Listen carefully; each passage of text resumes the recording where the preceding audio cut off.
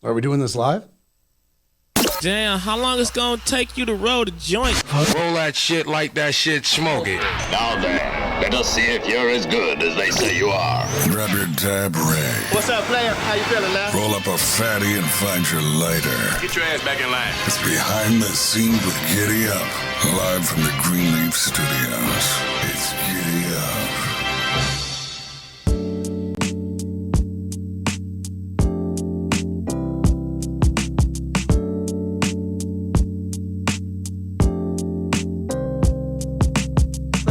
Get high, get twisted, get lifted.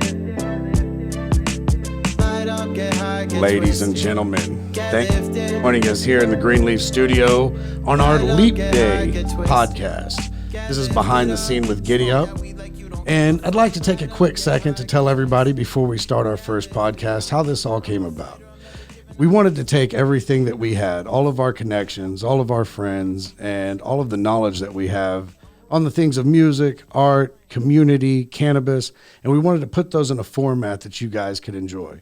Fortunately, I am flanked right now by the best media team in the game, Red Plains Media, and these guys are the best producers, so they're going to help me make this dream kind of come true. We'd also like to take a chance to talk about, it's a leap year, and our guys that decided to invest in us have taken a big leap of faith, and we want to reward them. So, this is the time where we want to thank Along Came Mary. We want to thank Fieldhouse Hemp Co. for coming out here and join us on our inaugural podcast on February 29th, 2020. That being said, hit us on our Gmail at btsgiddyup@gmail.com with any comments, questions, and we'll try and get back to you as soon as we can. But that leads me into our first show and our first guest. He started on the open mic circuit here in Oklahoma City. He dropped his first EP, Blue Peace, in 2016. He's opened up for artists like Lil Wayne, Migos, Ludacris. He gained a top spot on the Oklahoma City radio stations. He's a host at High Times Magazine. Man, he's done it all. His Instagram has 17,000 followers and growing every day. He's a rapper. He's an artist. He's an Oklahoman. Behind the Scene podcast welcomes Kid Lennon, a.k.a. Chief Peace. Thank you for having me. This is tight. Our pleasure, man. Super. Nah, man. I feel like this is the most official podcast I've seen. I've ever been on. I feel all nervous now. This is tight. No, but for really, thank you for having me on, especially as your first guest. This is an honor. Dude, it's our pleasure. Like, you've been killing it since you moved away from here, but trying. Give us a little intro. Tell us what got you started in Oklahoma City. What gave you, what gave you the dream? What gave you the buzz? Really, it's I've moved to a lot of elementary schools, and I went to 10 different schools growing up, but ended up falling into Southmore, towards my high school year. Baby. Yep, gang, yep. And yeah, it was just a random freestyle community there of just all the football players, but nobody was actually making music. It was we all just knew how to freestyle, and so it got into a weird competition with my friend where he decided he was better than me, and I said I was better, and I was like, let's just write a song. And I wrote a song one day and never stopped, and he never even wrote the song, but yeah, I could see it. I was like, well, I guess I'm really gonna do this. I quit soccer my senior year. I was like, I really think this is what I'm gonna do. I really think I have a knack for it or whatever. But after that, it was really okay, where do you start? It was kind of pre where Instagram and internet was running shit, so yeah, really, you didn't have that type of exposure that, I had no knowledge of the internet. So I was like, okay, what do you see in movies? You literally just have to be seen by someone. So just go to every place with a microphone you can find and practice and just do it over and over until somebody sees you or recognizes you. Well, you may be the last of a generation that operates like that. Everybody now is getting discovered digitally, but you've got a more analog approach to getting your talent out there. I literally tell kids right now, I'm like, I did the open mic thing, but literally take all the time you would take going to open mics and just sit on your computer. Make your music and then just sit on your computer. Instead of going out, don't drive, don't make a tour with 5 different states where you're wasting gas and time. No, just sit on the internet, figure out how to get your music across to some little TikToker or somebody who's going to dance to it or do something weird to it. And that's the internet now. Meme and yourself. That's it now, right? Yeah, it's way different. The whole lifestyle of traveling to shows and opening up for acts and being in the van and it stinking and getting pulled over and can we find weed in this town? Like, it's all done. Yeah, that's the easiest part now. All I gotta do is post on Instagram. I said, anybody in this town got it? I went to Germany. That's how I got it. I said, anybody in Germany follow me? You have weed? The only thing I can do better than that is I did it in China. See, that's way different. Yeah, that's way different. I was scared enough in Germany. China, there's no way, bro. I was smoking my own spit. I ain't smoking weed, not a chance. But this is, you started doing that, but when your artistic side started before that, like we got a mutual friend. Yeah. And he told me, Jaye. that's right. He told me back in the day, the plan was for you to be a painter. Yeah, he was in the music. He had a whole booth in his bedroom in high school. He turned a telephone booth into a recording booth. That's pretty sick. It was fucking tight, dude. It was so much foamed up though that when it closed, you could not breathe. You couldn't get your verse out because there was no airflow in it. He like airtighted it. It was terrible. But yeah, I was the art. I grew up just drawing my whole life. I never had video games and shit. I just drew, and that was like my thing. But I always did black and white. I never painted until. Really, I didn't paint with a brush till 3 years ago. Oh. I was it was like I did drawing. Me and Jay met through drawing in junior high, and he was like the skater kid that I looked up to. And then eventually, like he invited me to come record at his house. And then after a while, he was like, "Man, I think I'm gonna try, getting more into the art thing." I was like, "I think I'm kind of done with the art thing. I'm gonna get in the music thing." He's like, "I think I'm done with the music thing." And then yeah, we just kind of switched roles. Two and, ships passing in the night, bro. It was like in one conversation, yeah. And we decided like, okay, man, I think we somehow fell into each other's path, but at least we both had guidance to give each other. Like he showed me how to record my first song and shit. So like without him, I've looked into a lot of your stuff, and you're not a big fan of titles. What do you mean? I don't think you like the type of person that be like classified into one little area when you're talking about, either your expression or your title. Yeah, not usually. I don't even know what I am at this point. I'm just enjoying life. Just enjoying life. Like, what is your biggest love right now in art? Is it music? Is that what pushing you? Is that still it right now? Do you have, See, like art to me has always been like the side thing to make. I hate to be weirdly honest about it. I don't like enjoy it. I like associate it with being grounded as a kid. In all reality, I have like this weird childhood thing where I really was like, because I was grounded so much and my mom was very strict, the drawing was all I had. It was like you just sit with that piece of paper and make it fun. So now I do orders, and I'm really paying for my Venice apartment next month off of paint orders from these past few months. But at the same time, I still like when I do it, I'm like, this isn't like music drives that passion out of me where I'm like, I want to just sit and do this all day every day. I want to just laugh and do it. And then I do art and I'm like, all right, get it done. You need to pay your bills. Well, when we're kids, certain things affect us like that, right? So for me, it was landscaping. Oh, right, like plants and shit. Like I hated it because my family owned a landscaping company, and like I'd have to stay home from school and go help the family. It has a negative association. Like, you don't see and see beauty. Every memory attached to it. Right. Yeah. So like for the longest time, like I didn't mow my own yard. Like I didn't do anything with landscaping. It'll super like, mess with your head. I tell everyone, childhood is like. Every habit you have, look at your childhood. But one of the things I'm finding as I get older, because I'm 37 now, I'll be 38 in a couple of weeks, right? Which 29. Dude, I feel like I'm 23 and goofy. That beard, though. It's hard. Pulls in, man. It took me. I didn't start growing this till I was about 30. For real, I got hope now. Man, they'll connect. Yeah, they'll connect. About eventually. The time I was able to connect with a woman, my beard and mustache connected. Yeah, I don't know if that's gonna happen. Well, see, when it happens, you'll turn around, look in the mirror, and you'll have a full-grown beard. I'm gonna say, Giddy, you told me so. It happens every time. You told me so. So you also got a new album coming up. I do. Yeah? Finally coming up. Jesus, I worked on it for a minute. Yeah, well, I thought of the idea like 2 years ago when I was still living here in the Paseo, like on my porch. Yeah. So what took you so long? The trip to California. Like I had a decision to make on whether I was gonna stay here, work on it, release it, and try to maintain the momentum I had. But at that point, I've been on the radio stations, open for everyone. I didn't see what else there was to do here. So it's like either I take this step, baby. And so I just got that Volkswagen, went out there, and but living in the van the first 9 months of California, I can't do paint orders, I can't record, I can't do anything. I lost all momentum. I was working at Kohl's, washing dishes, teaching elementary art. Anything you can do, and that's a common story in Hollywood. You have to, man. And I didn't have somebody backing me at that point. I turned a lot of deals down at that point, thinking I had more momentum than I had. Yeah, and then going out there and being like, oh shit, like I think everybody learns that when they go to Hollywood. That I'm sitting at Kohl's with either like high schoolers or grandmas working. Like I shouldn't be here. It's like, I should not be here, but they all love me. But that's what happens. You know, when you move out to Hollywood, there's only really a few reasons why people move out there, and one of them is to try and make their dreams come true that aren't possible in the place where they were.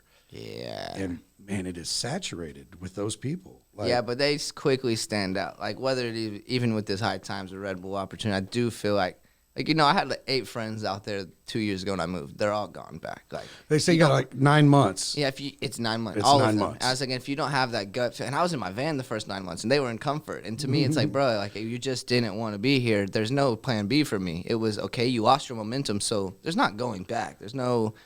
You don't backtrack. No. I don't like comfort zones, so it's like. Well, my entry into the weed industry was pretty much the same thing, right? Really? Like I left here not knowing how the fuck I was going to do, what we were going to do. Just a gut feeling. And I jumped. And I like to look back at my life and think that was the point that I realized swimming with the flow of the universe is a lot easier than trying to beat ass to get to the side. I'm a professional flow goer. I tell people. I'm a professional flow goer. I trust the universe on everything. I just kick my character straight and I work very hard. I keep things straight. I don't make assumptions. I don't take things personal. If I can continue to do those fucking things, and it seems like the universe always places what you need. And those are start important lessons. At any point. Yeah. Like, and those are important lessons. Learning. Like I'm still trying to learn those. You know, at my age, is like, don't react. Dude, you know, like the 4 agreements. I don't know if you've heard of the. I have heard of the 4 agreements. I've been putting all my friends on it, but yeah, it's something I literally read at Kohl's when I first moved to California. While I'm working at Kohl's, read it all in one shift, and I was like, cool. Without that perspective, like. Even if it took me coming to California with no money just to be at this one day at Kohl's and read this, the 4, just don't take things personally. Don't make assumptions. Do your best and be impeccable with your work. There Simple. You go. That's it. If you can forget every other thing you've learned and just do those, it seems to like, and my life started falling into place after that. It's kind of interesting. Well, you know, and it's funny because there are not a lot of people nowadays that realize how much you have to work on yourself to reach your full potential. You can't just hope and want it. You know what I mean? Yeah. Like you have to want to change. And I get a lot of people that ask me about coming into the cannabis industry. Like, how do I get in, dog? Like, what do I got to do? Yeah. You're like, I want to do what you do. Because it seems so just easy step by step. And just glamorous. Glamorous and beautiful. It's like a gold rush right now. And that's what they say, right? But what I usually tell people is, if you're not willing to like sacrifice everything that you've done to this point, to like literally put it on the altar and set it ablaze for just the opportunity or the chance to potentially do some shit you're thinking about doing, like if you can't do that, then this shit ain't for you. You ain't ready for it. That's so real, bro. That's such a real way to put it. I'm like not harsh enough with my words when I tell people that, but that's fucking. It's so real. That's so real. You know, you got to paint that. You got to paint that picture. You have to be able to lose. Literally, like I'll lose. You have to go down to ground zero, whether it's fucking dollar wise, mentally, your emotional. Exactly. Like you have to be able to just wear down and then just be like, but that gut feeling. Get a little bit back and then do it again. There's some exactly. I'll go straight back to ground zero at any point. Yeah. I mean, if you look at some of the people out in Hollywood, you know, like. There's people out there that have been running and gunning for 30, 40 years, just now getting their breaks. Yeah, and they're just as long as they. But to me, it's like your only obligation in life is to follow that gut feeling. I have no other obligation than to follow that. So it's like that's what I truly go by. Like that's my own. And that's, I mean, in my opinion, that's what it takes to be great. Like that's real. That's real. So we're gonna take a break real quick. Cool. We're gonna let some of our beautiful sponsors roll, and we'll be back to you guys in just a minute. Behind the Scene with Giddy Up. Follow the podcast live on Twitch, Facebook, and Instagram. Give us a thumbs up on YouTube and subscribe to our channel. Giddy Up brings you the latest news and information from the people that are behind the scene. Music, weed, and just about everything else. We're industry professionals. Hash it out with a true pioneer in the art of extraction. Produced by Red Plains Media. Sponsored by... My name is Tracy Driver, and I'm a bud tender / security guard. So the Renaissance man, I do it all. I used to do security for different places, odd job type things. My favorite strain is Grease Monkey. It's a nice hybrid. It's really stinky. That's how I like, follow my nose. So I like the Grease Monkey a lot. I think the benefit of a cart would be that it's discreet. I think some of the drawback of the carts is that the bad rap that they get because of street carts or knockoff carts and things of that nature. But as long as you get them from a good spot like Greenleaf, you'll be good.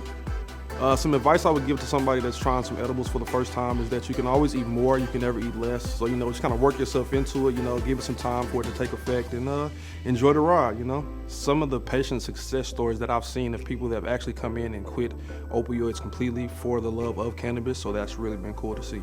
As far as the price, the quality of the flower, the flow of the shop, the vibe of the shop, we say the best on Western, but, we can also say we're the best in the city. No bullshit, for real.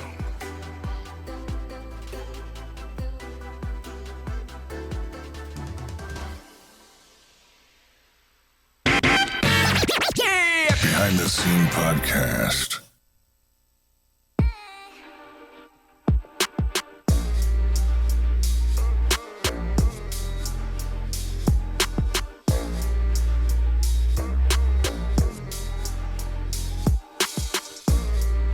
Welcome back, guys. Man, that is a sick bed Tony laid down for us, wasn't it? Yeah, that one went that's hard. how you do it. That's how you do it. That's the best commercial I ever heard. We blessed with a great production crew, man.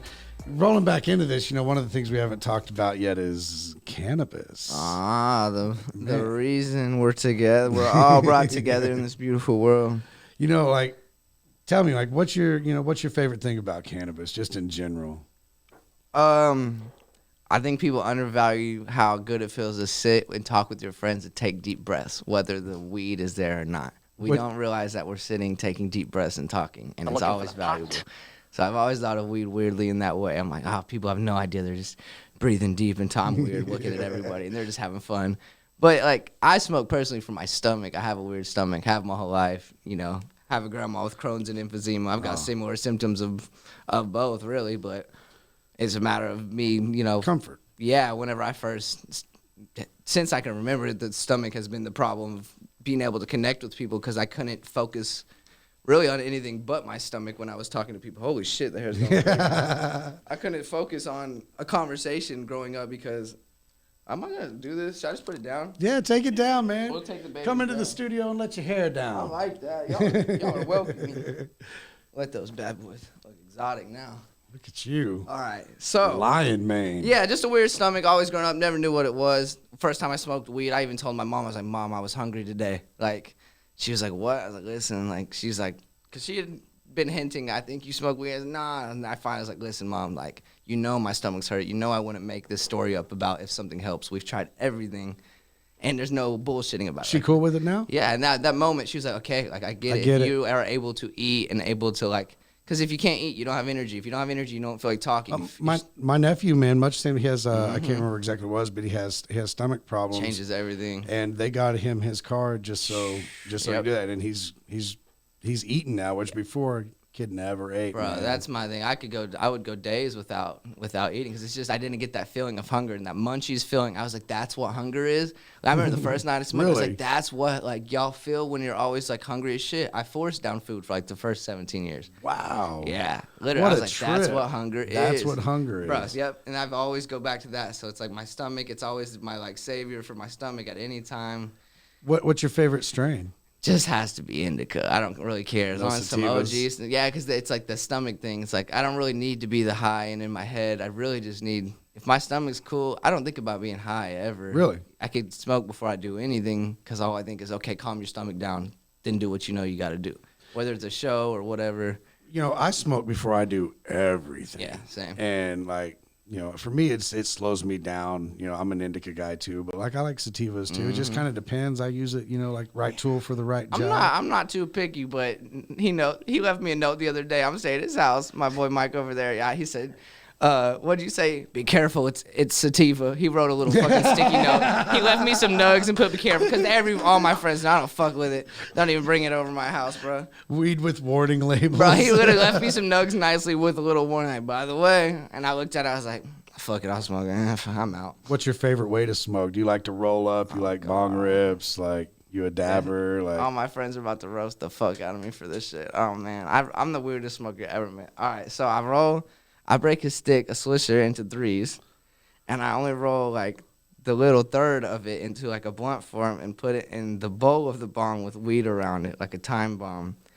So, because I like the smoke of blunts and like kind of like the tobacco vibe of it, but my throat is so bad, I can't even record if I smoke blunts. So I have to like hit the blunt basically through water. We got to hit like that when we get off this show, Yeah, bro. I got to try all one my of friends those. are literally like, they hate it, but they all save me their roaches from their bong or their blunts because they're like, here you go, bro. I go to my friend Destin when I get in town, and he's already got like 40 roaches ready for me because he knows I just put them in the bong with the weed around. Finish them off. Yeah, and it's like my throat doesn't hurt because it's through the bong. I'm so weird, bro. I do it on high times too, and people be roasting me. They're like, what the shit is that? What is this guy and They see doing? me rolling just the tiniest blunt because I like break into the thirds and roll it, bro. It's fucking ridiculous. What's it been like working with High Times? Fucking fun, random. I really like the most random thing I never expected. Because coming from the OKC circuit, I went to so many open mics that they eventually asked me to host the open mics. And like, even the night I met Shaq was only because I was hosting a poetry night. It wasn't an open mic, it was a poetry night. And I was like, oh shit, since I'm the host, I can do fucking anything I want. So I just plugged in my phone and started rapping. And he noticed. But really, the hosting is like what I didn't realize what got me there. And that was in Cali, like art music. And then the High Times offer for hosting came, and I was like, oh my shit. I was like, I forgot I host. I was like, that's kind of like a part of my thing. Yeah, and from then on, I was like, wow, this has changed everything. The amount of people I can meet and not have to say, hey, I'm a rapper. I'm able to say, hey, I host for High Times, and then they find out I make music, and it's a little more of an organic thing. Yeah. Because there's just so many, like saturated. But there's not too many hosts for High Times. No. There's enough rappers, but there's not too many. Yeah, so that's, like you said, that saturation.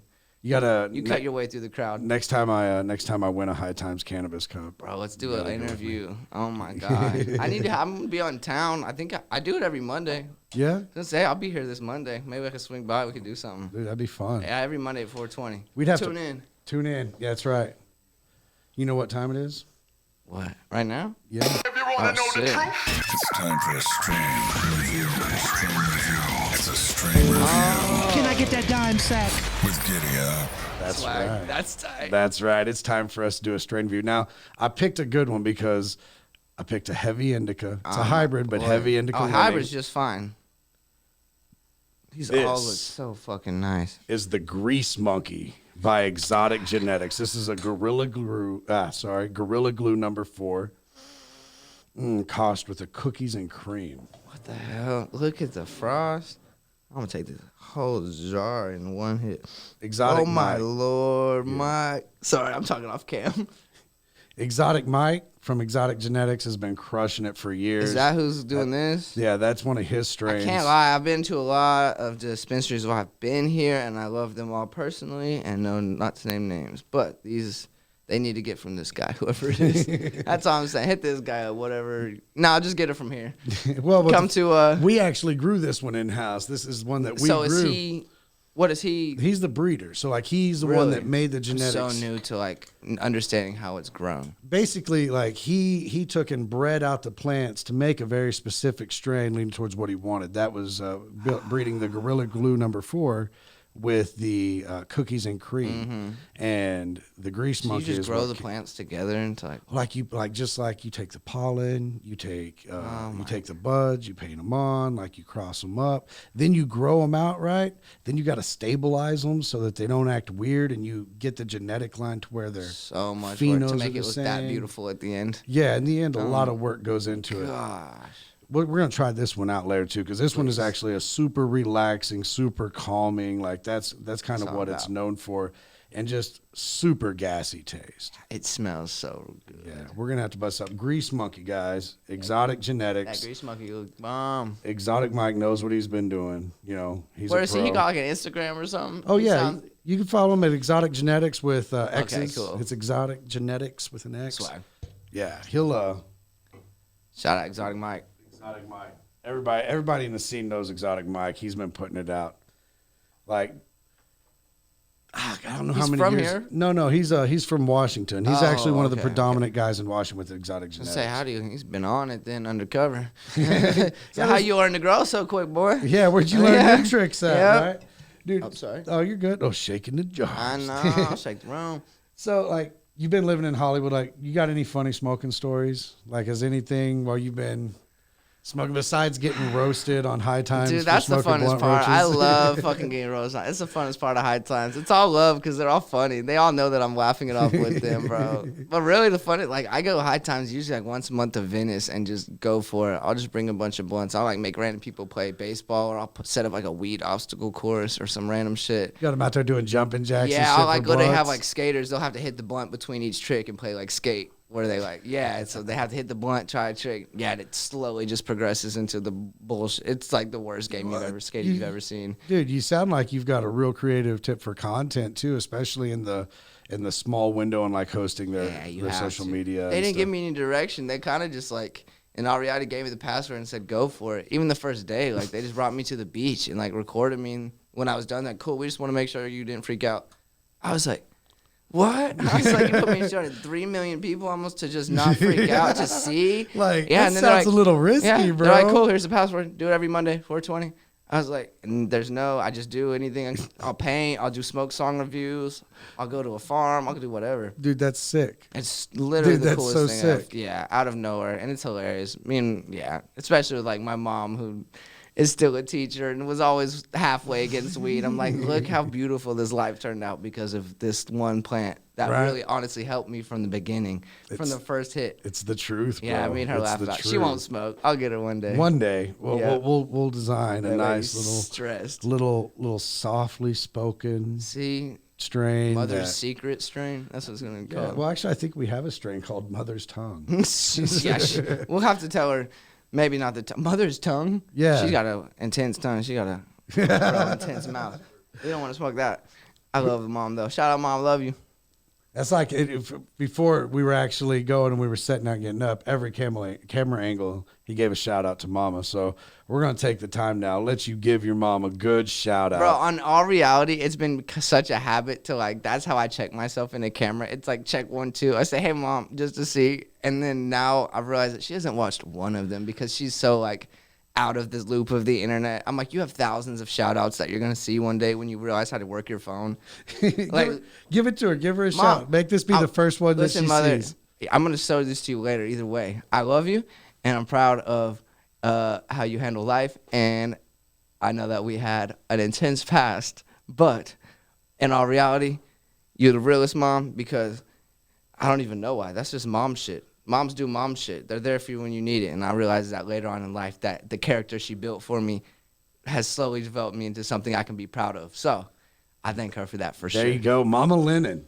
Mama Lennon. Hell yeah. Lennon. She'll take that. She's the reason I'm says Lennon. She's got his fucking face all over her house. Eventually I was like, I guess I got to be like that for my mom to like me. Mom was a big Beatles fan? Fuck yeah, dude. It was just Lennon everywhere. She's got a whole Lennon room in her house. Yeah, we're all obsessed. Would you consider your mom an artist?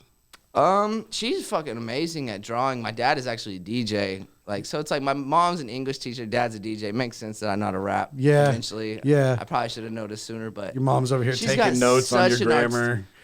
Dude, you have no idea. Even she can't even listen to some raps because she's gonna correct some of the shit. What do you mean it is like that? I'm like, you're killing your part mother. Of the lingo, Mom. You said ain't, and you yeah, I know it's the worst. But she can't even keep up. It's too much. The double entendres and shit. She's like, it just sounds nice. I like the sound. That mothering support. My mom was the same way when she smelled my weed and shit. Like, it smells good. She's like, that one smells so nice. So much more I like flowery that one. and sour. So she had no descriptive words. I just like that one. That's my mom. That one was good. That one was real Thanks, good. Mom. No extra details.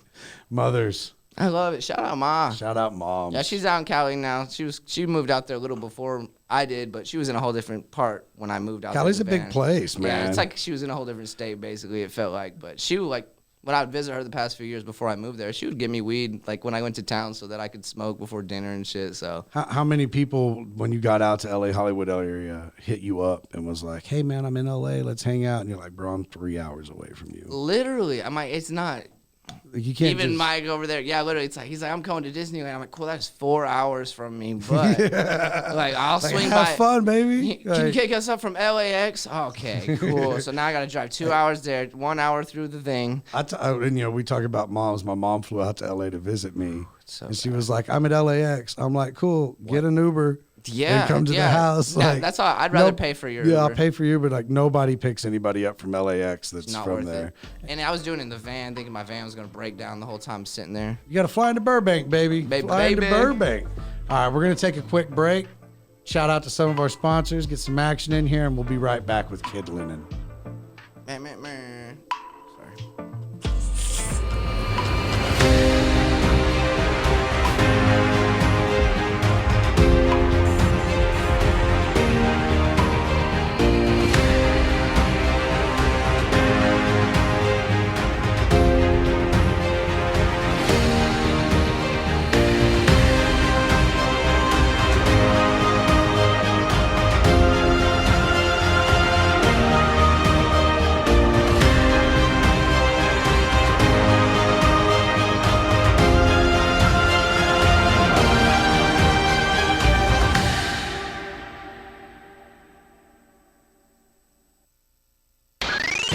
Giddy Up.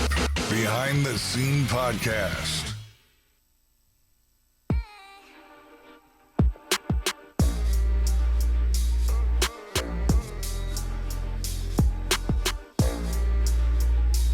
And we're back live here in the Greenleaf Studios with Kid Lennon. You know, we've talked about you moving to Hollywood. You know, we've talked about what it took to get you started here and some of the things you've gone through and some of the things that you like. But like, what do you feel that you do to give back? Like, what's your charitable contribution back to the game? So I try to think on 3 levels of that. Someone told me if you try to do everything for everyone instead of doing something for someone, you'll end up doing nothing for no one. And it may be simple and weird and everyone's heard it, but it hit me super hard because I was in this weird phase of waiting to save the world when I made $1 million. So now it's I'm very strict with how conscious I am of the people's feelings around me right now, making sure that I'm very aware of the people's feelings, their surroundings, their life situations, to make sure I can contribute that way on the small scale, be aware of where politics and things are leading on a big scale, but always be very aware. You know, whether it's my habits, whether it's little littering or picking up one piece of trash a day. I've been doing that for 10 years. One piece of trash a day. Simple. Man, that's it. Little things like little that. things like that make a big difference when we're talking about, you know, how happy we are as people and when we interact and stuff like that. Yeah. To me, it's like a Robin Williams syndrome. Am I good? I'll pull your mic back a little bit. Nope. Back to it this way. There you go, player. Hi, Mom. See, we got the new angle. But Robin Williams syndrome is what I call it. I don't want someone to be so funny and so happy and exciting and then realize that they're hiding something deep under all that. So I always try to pay attention to that. Well, they say the happiest people in the room are usually the saddest people when no one's there, right?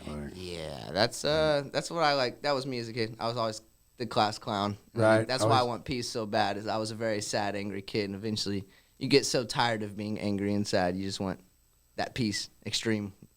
You know, have you met anybody in Hollywood that you're like, wow, this would only happen in Hollywood? I mean, you met Shaq here, like you said earlier, and that was kind of one of the launching things that got you out, right? But have you met anybody out in Hollywood that when you met them, you were just really the third day I was there, I went to, I forgot, the LAX. I went to pick up somebody from LAX. They were taking 2 hours to get their baggage, so I went to the gas station right around the corner from LAX, and just so happened Mike Epps, if you know who Mike Epps is, pulls right in front of me. He was literally getting gas in front of me, and I just looked out. But I guess I was in my van. I don't know if he knew who I was from Shaq, because I looked out, and he came up to the van, and I said, "You who I think you are?" He said, "Goddamn right." I said, "Oh, shit, all right." He was in his nice little G-Wagon, and then he pulled his phone out instantly, and he was started putting me on his Instagram. I was like, "Hey, is this who I think it is?" And I just introduced myself. He posted on his Instagram. I got I went from 8,000, 12,000 followers the third day I was there.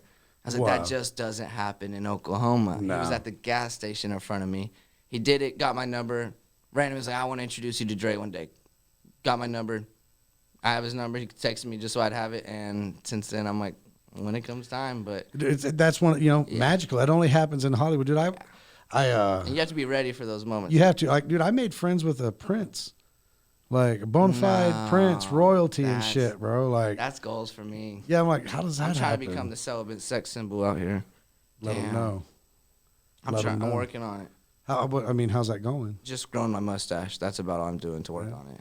But when your mustache comes in full, exotic. though, that celibacy thing, that ain't gonna happen. It's like women can't resist a full-grown mustache. That's why I want to tell them I'm celibate, because I am, but I'm not. It's like, but I am. See, devil. You know, they don't ever know. You. I'm trying to build my mysteriousness. I'm on to you now. I'm working on to you now. I'm the most unmysterious human in the world, so I'm really working on it.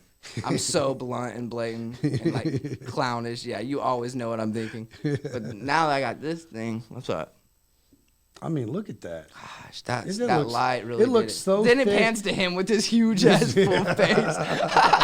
I literally look 17. Damn no, it. man, that's coming in thick right You there. feel? That's so stop. thick on you. And Look he at stopped panning it, and it shows his stroke every time with the beard. I feel so impressive till it pans. Oh, okay. I worked long and hard on this. I shaved it off about 5 years ago. Oh, shit. And I just stood in the mirror and I was like, are you fucking happy now? Is this what you fucking wanted? No. 16-year-old This self. is what you get for getting maniacally fucking, anxious and deciding you need a new change. Like, nope. Then you just go right back out. I haven't shaved it since. As a matter of fact, I think I want to say I stayed inside for like 3 weeks until my scruff came up. Just had to get your life back together. Well, I was growing weed at the time too, so staying inside for 3 weeks wasn't that big of a deal. Yeah, right. You know what I mean? It's never gonna work. Me and headphones will never get along, dude. Even in the studio. I'll get you some special ones for next time you come in. Bluetooth. Some Bluetooth. What are you saying, Mike? Am I good? He's such a radio dude. He's over here making you read hand signals you don't know. I was like, bro, we haven't learned these. We should have practiced yet. I'm 24. Fuck. Yeah, there's no way. I think I'm gonna do the top of the head. What if I do the front? Dude, that right there. Haha, I look crazy.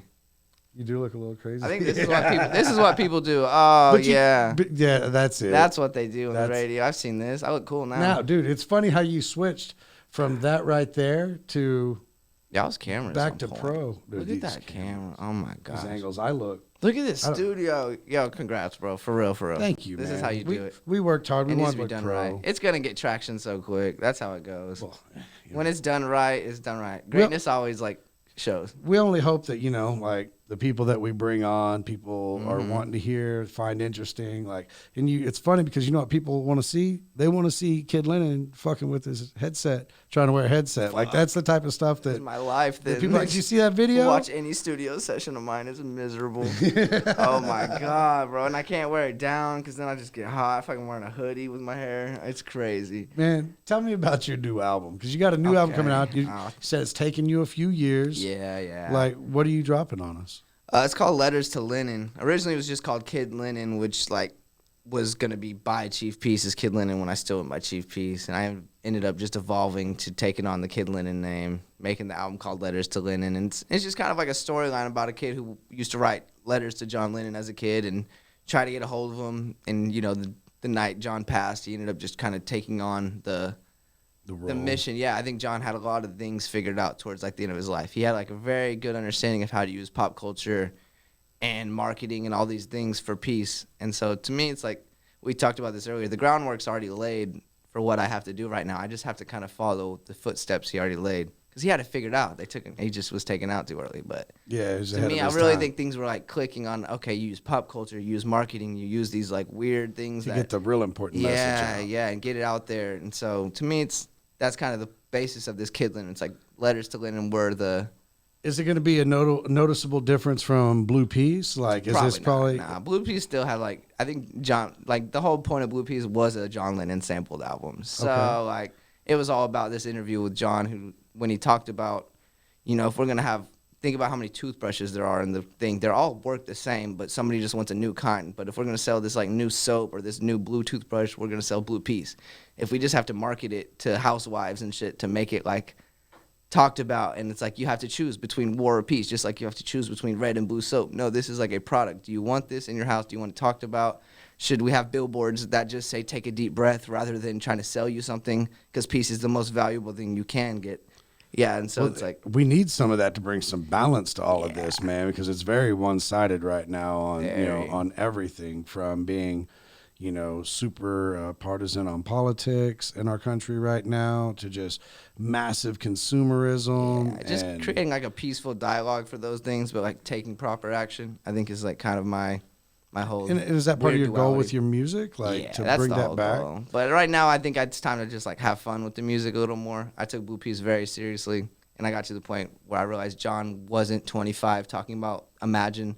It was later on in life when people respected his craft. So at this point, I was like, you got to get back to having fun.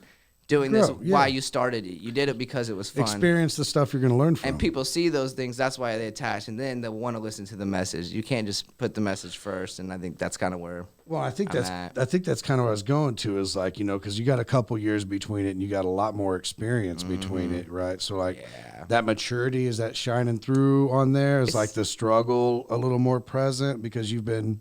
I think it's like I was so direct on Blue Piece on what I was trying to get across, and this is rather than that. It's more of just how would you actually do that with the music that needs to be made, not just saying word for word in the music what you're trying to do, but this music could actually cause those emotions in people or stir up those emotions to do that. I've learned how to develop musically and develop a song to create a tension and a high point and a climax to where you're getting these feelings mixed with the messages I'm trying to get across subtly. And, they're not just so blatant. I'm just mixing in these little messages while we're having fun to where you're in the club having fun to the song and you go home and you're like, oh, shit, he said that. That's what he meant. Well, we had this conversation last time you were here about, mumble rap and this, that, and the other. One of the things that me and Obi, one of our producers over there, were talking about was... Gang. Obi. Was this mumble rap trend, right? Everything has a equal and opposite reaction. Right? So like this trend of mumble rappers and where it's less focused on lyrics and more on melody and sound. Do you think the reaction from that is to see artists that are coming out, because mumble rap gets a lot of hate from from the current hip hop establishment. Yeah. You see them on, you see Charlemagne on there, like going, hard on them and shit. Do you think the reaction to that is younger artists that are coming out focusing more on their bars and their message and the power of the words that they're using?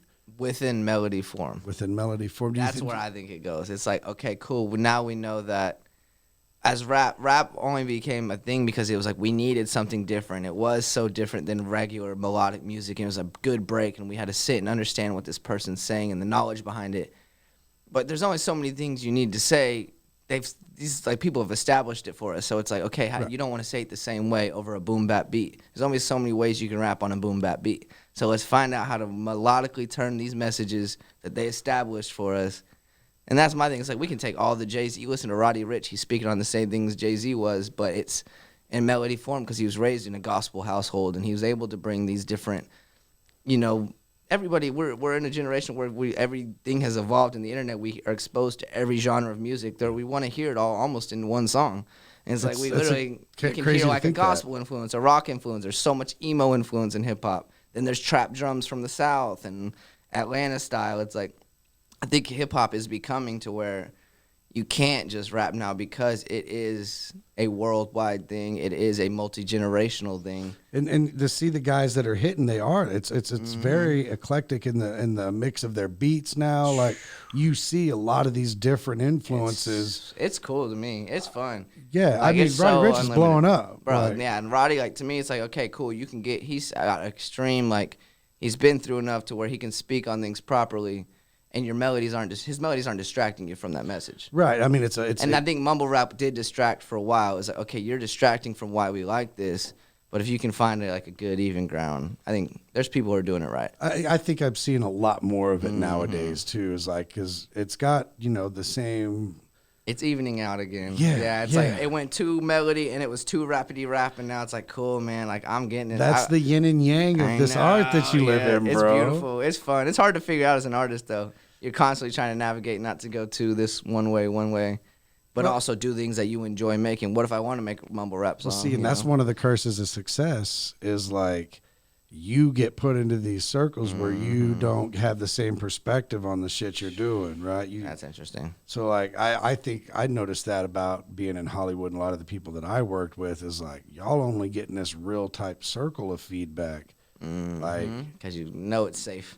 well, and even if you don't, like, somebody needs to tell you, like, not everybody feels like that. Like, if you're really looking for feedback, you got to go to the place you don't want it. Yeah, I know. That's my biggest thing. I'm recording so much alone out there because I don't have all my friends are still out here. I never get any feedback. It kills me, man. I just be recording thousands of songs. I'm like, is this good or not? Then I come here and half the shit I thought was amazing. My friends are like, ah. And I show them some real ignorant song. Like, yeah, man, record that today. Well, man, you know, I want to thank you very much for taking the time to come into the studio with us. I know you're a busy man. It's an honor. And no, dude, the honor is all ours. I can't wait to like set these headphones down and roll up a fatty, this grease monkey with you. Look at that bad boy over there. I'm super happy for you. I love seeing people come up, like, and especially people where we're from, where we don't get the same opportunities everyone else does. So thank you so much, man. Yeah, and thanks to everybody that put in a great work on our first show. Oh yeah. Thanks to our sponsors. Stick around after, and we're gonna play you "Hippy Kid" by Kid Lennon. So let us know what you think, and guys, that's a wrap. Leap Day. Yeah. Leap Day episode. Turn up. Happy Leap Day. Be good, guys. Our partners at Fieldhouse Hemp Company are dedicated to providing their customers with the highest quality hemp products on the market. Their facility in Hillsboro, Oregon is a state-of-the-art hemp production facility. So check them out and try one of their 1,500 milligram elixirs, either broad spectrum or full spectrum. You can bang their website at www.fieldhousehemp.com. That's www.fieldhousehemp.com, or their social media at Fieldhouse Hemp. Fieldhouse Hemp Company, dedicated to providing their customers with the highest quality hemp products on the market.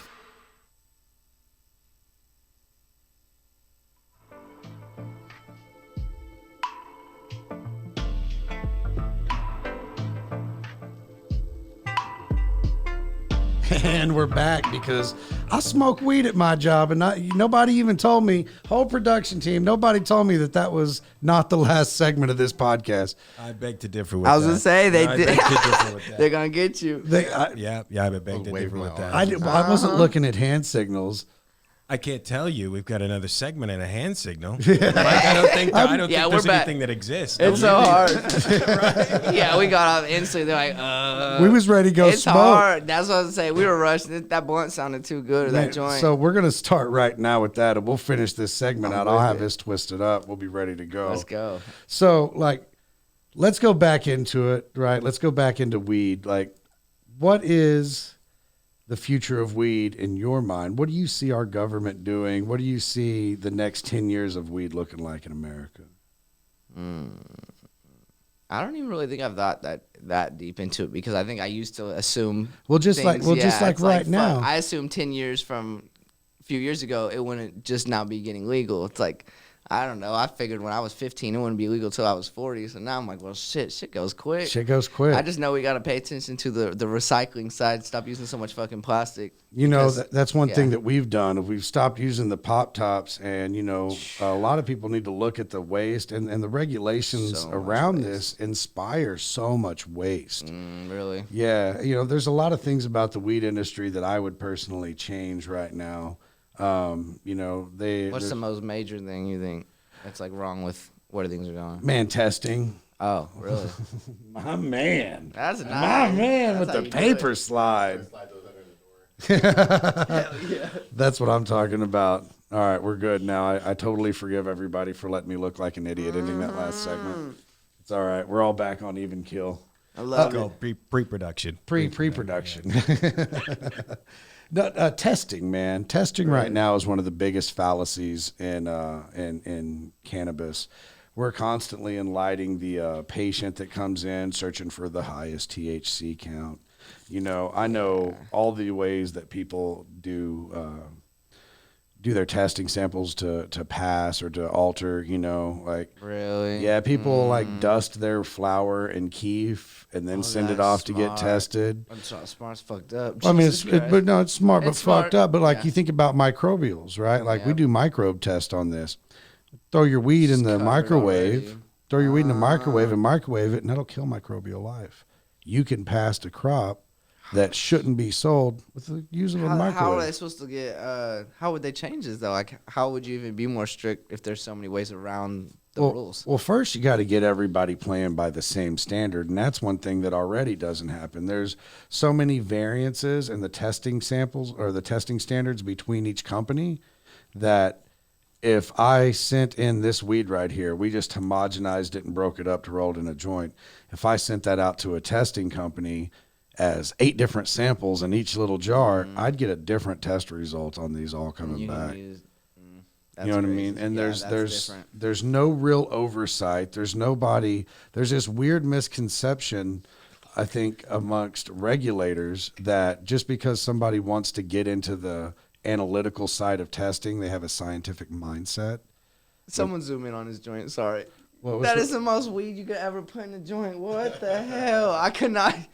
Look at that. That's not even You're going to put that in there? I'm proud. Oh, yeah, man. How you do this? Sorry, I'm learning while I'm learning. I was trying to learn how to roll a joint at the same time I was learning about weed. Has anybody ever taught you how to roll a joint? No, I know, but not like a quadruple joint like that. Not like a big fat pack right there? Yeah, bro. I was a broke boy for a long time on my smoking journey. It was some 0.5 joints, whatever I could get. Prison joints. Yeah, that's rough. Man. I'd get that little mini swishers and roll them up. See, I've been rolling joints where like the paper is like grabbing at itself on the other side to just get something to come over on it.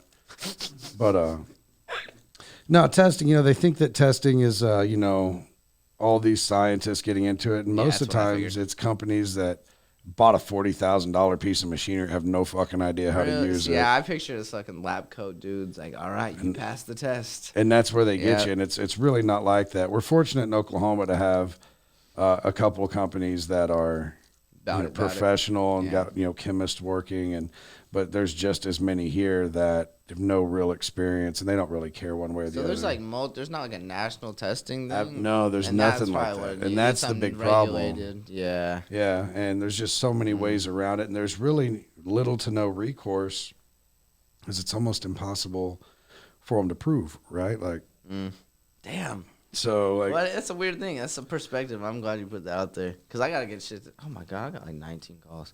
Because even when I talk on High Times, I like to ask a lot of the guests what the I guess the next trend they see coming up in weed. Whether it is being aware of the plastic or doing the random things, but I guess testing is a big conversation. Testing That's interesting. It is a big one, and things like testing are how we get away from the vape deaths. Yeah. Like not a lot of people talk about, the vape deaths and the vitamin E acetate mixture compound, which is what everybody is saying responsible. I'm getting tested for emphysema right now. What's it called? The doctor said, "You're not vaping, are you?" He didn't care about the weed at all. Literally. No. He was like, "No vape, no hookah, no spray paint." I was like, I work for High Times. He's like, "That's cool." He's like, "That's not a no word." Vape. Yep, he's like, "Just don't vape." I was like, "Fuck, man." And we've heard our patients told the same thing by their doctors, and that's one of the things too that also kind of, because for some people, for a lot of people actually, safing is the smart option. That doctor doesn't know the difference between the vape pens that we sell here and the vape pens he heard about on the news, and nobody really does. It's not laying blame. It's just like that's what it is. So for him to be safe, he says don't smoke vapes because vapes are killing people. What he doesn't know is that it's a whole different ballgame. It's a whole different ballgame. These are kids like in places like Ohio and non-medical states that are getting trash oil from California that's pesticide laden and has everything nasty in it, and they're taking that home and they're cutting it with vitamin E acetate, which they got off of shisty weed websites, cutting agent, honeycut, this, that, and the other, right? Like, mix this, because if you don't mix something in the oil, it's too thick to work in a vape pen.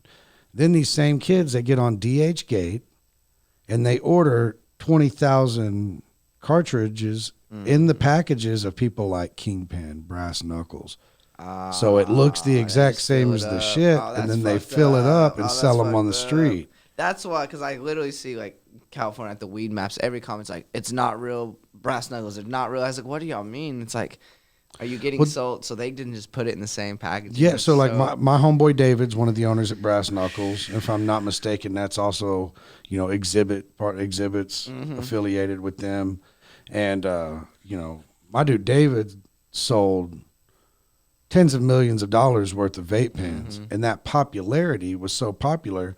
His factory in China where he had his packaging made, they saw how many he was selling, and they went and opened that up to anybody that wanted to buy the packaging. Like, and they didn't have that in the contract. They don't think about that. well, they happening. do, but like China, they but get you away. can't. You different can't. jurisdiction. Yeah, like you really. Shit. What are you gonna do to them? Whoa, Like, I didn't think about that. That's fuck. You're like, oh, making money. yeah. Cool. It's quadruple. Well, dude, I've had my experiences with China. That's one thing they do. If you take a product over there to be manufactured, if it's a successful product and you can't sell enough to keep them happy, you don't continue that meteoric rise, then they find new use and they give them your product. Pretty cutthroat, but that's business. That's wild. You know it is, but you know that's some cutthroat. It's the intellectual. It's the intellectual property. You know that they say China has beat us out of so and so $1 trillion of intellectual. Like that's how you take an American inventor and do business with them, and then they just run with it. That's happened to my family before. My uncle owns a company called Fishmasters, right? And they made this crazy little invention. Mm-hmm. You know, like people that fish in tubes, they make these little deals called paddle pushers, and you put them on your feet and strap them in, and you can walk through the water. So you actually go forward instead of having to turn around and kick with flippers and go backwards. Cool little simple design, right? That changed the game. They went to Bass Pro. They wanted to sell them at Bass Pro. Bass Pro took the sample, took it to China, had a company in China make it, and now they sell that Chinese product.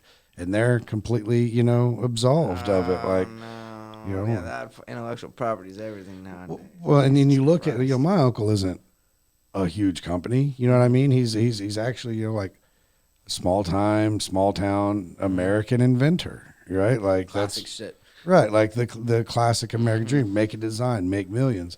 That's almost impossible for anybody in our country right now to do without the risk of, you know, because you're just gonna outsource it, and then how it's just gonna be. That's interesting. Holy shit, he's putting me on game. I just realized what we could use this fourth segment for, guys. Oh shit. Oh shit. Oh, we're on Twitch. We're live. We're live, baby. Oh shit. Hi, simulcast. Friends. What's up, Twitch land? Big shout out to all our friends on Twitch. I thought that's what you said earlier. No, that it wasn't. No, it's live on Twitch. What up, Twitch? I'm sure I'm getting roasted for my hair. It's okay. I still love y'all. Twitch is a crazy another you know, invention of the last few years. There's a lot of people getting down on Twitch. Hell yeah, it is. The gamer community is popping right now. Dude, that's one of the biggest trends right now is the esports, man. People are sinking mad money into that. They're putting it in the high schools and shit. No shit. Yeah, I think they're putting more. Like they're starting high school classes for it. Yeah, man, I'd have been the coolest esports jock. Get me my Letterman shirt. It's got an Atari symbol on it and shit, bro. That'd be cold though. Yeah, you like wear your records on your sling for like high scores and shit. I had to light that. I give you guys a lighter because stands of the Midwest, Strands of the Midwest said, "Who's getting paid to babysit that unlit joint?" Oh, this is like working for High Times. Where they don't fucking stop. I told someone the other day, I was like, I can't stop smoking when I'm on live, or they roast me. A moment I like hit the blunt, I'll smoke a whole blunt. And the moment I put it out, they're like, why you ain't smoking? Weak. You can't, baby lungs. I'm like, holy shit, bro, I'm hot. All right. So I have like 3 rolled, and by the time I like get done with High Times every week, I smoke more than my whole week combined, like in 20 minutes. On the opposite end of that spectrum, one of our guests that's going to be coming on later on, Dabbing Granny. She's a badass. She's a beast, son. Oh, my fuck. I hit moon rocks on the live the other day, and I had to pause the whole live for like 6 minutes. And that was what I said when I got back. I was like, how does she do this? Oh, man, she's a beast. Like, I was with, you remember WWE, right? The wrestling. Mm-hmm. Did you ever watch it when you was younger? Nah, I wasn't too deep into it. Gotcha. I had the cousins that were the fucking obsessed, though. There's a wrestler named The Godfather. Okay. And he had the Hoe Train, right? And his name's Charles. The Hoe Train? The Hoe Train. I was like, y'all remember the Hoe Train? I heard it till y'all laughed. Oh my god, I don't remember it, but that's great. The Hoe Train's coming through. Hose, like hose, he had hose with him. What? He was a pimp. Put on TV, the That's the WWE, bro. They'll put anything on TV. I want a Hoe Train. I want a Hoe Train too. Yeah. Charles is the Godfather. Super cool guy. Got to become friends with him. Tight. We're at his house. Like Granny's going live. You know, I get on live with Granny sometime. No, Granny gets on and she's like got tequila. So Charles, mind you, this guy is a WWE Hall of Fame wrestler, like big, you know, the man. Yep. He goes and gets a bottle, and he's like, "Hey, Granny, we're gonna match."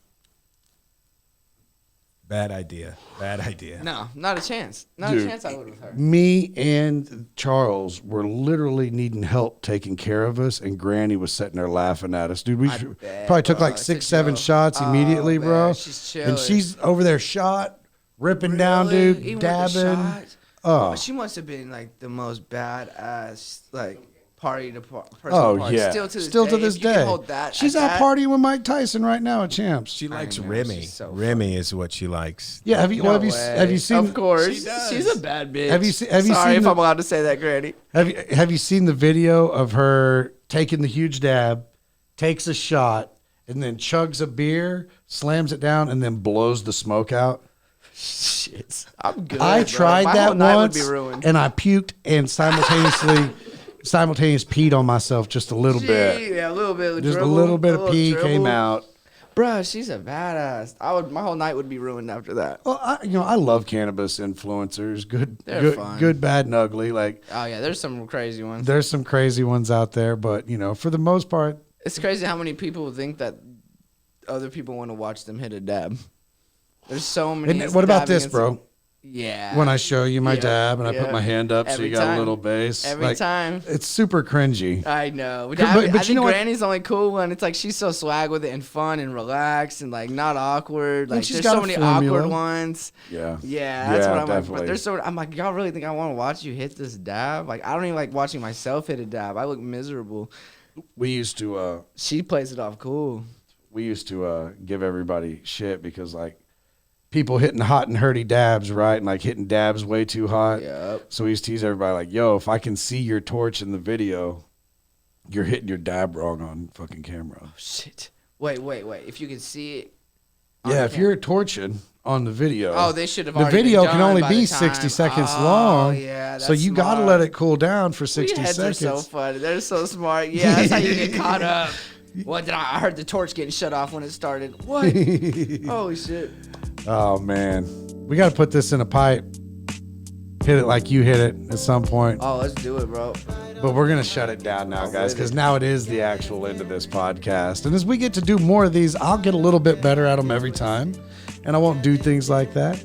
Bro, But you're a great host. I This is bet. like the Was it easiest fun? podcast I've been on, bro. This is Really? a vibe. Yeah, I appreciate Everybody that. who comes is gonna enjoy it. This is chill. I mean, it's good setting, surrounding. Good production. Everything's smooth. Everything's It's not some smooth. awkward pauses and silences. But you know what? Like I said before, when we go out, we want to thank everybody. We want to thank our sponsors, and stick around and catch the video. Right, yo. Hippy Kid, Kid Lennon. Peace and love. A new frontier with questionable characters, questioning your character. A generation Like one of my favorite stories. They're from Oklahoma. They moved away to get into the cannabis scene, and they caused a massive disruption where they went with their delivery services. Now they've came home to bring all that culture and all that experience back to Oklahoma City. They're located at 3120 West Britton. They close at 10 every night, and you can call them at 405-610-5874 to see how they can help you. Behind the Scene with Giddy Up. Follow the podcast live on Twitch, Facebook, and Instagram. Give us a thumbs up on YouTube and subscribe to our channel. Giddy Up brings you the latest news and information from the people that are behind the scene. Music, weed, and just about everything else. We're industry professionals. Hash it out with a true pioneer in the art of extraction. Produced by Red Plains Media.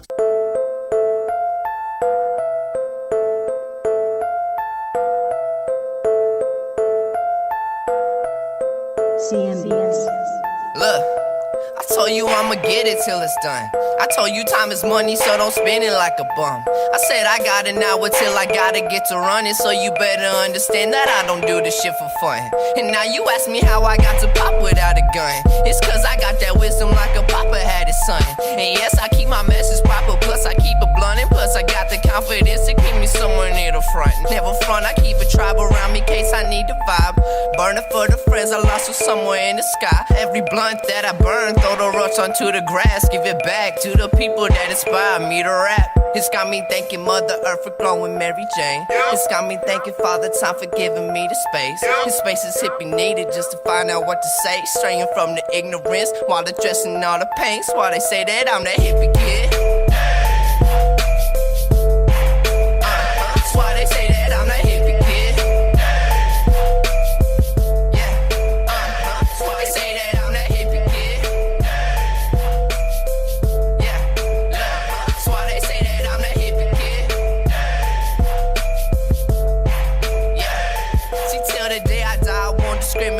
race. I was raised a Catholic till I figured out my lane. I understood the universe, learned about the change that our generation's capable of making if we face the facts, change the acts that we're in until we see the growth. I treat it like it's Biggie, boy, that's unbelievable. I seen the ghost of John Lennon with my weed and smoked. I can see his presence telling me to go and lead the world. Girl, we can go to Venice, have some wine and eat a meal. Roll a couple doobies up so we can keep it chill. Now fuck the pills, all I need is that meditation. Plus my baby vibing with me, cheapin' like a reservation. Boy, it's got me thanking Mother Earth for growing Mary Jane. It's got me thanking Father Time for giving me the space. This space is hippie needed just to find out what to say. Straying from the ignorance while addressing all the pain. That's why they say that I'm the hippie kid.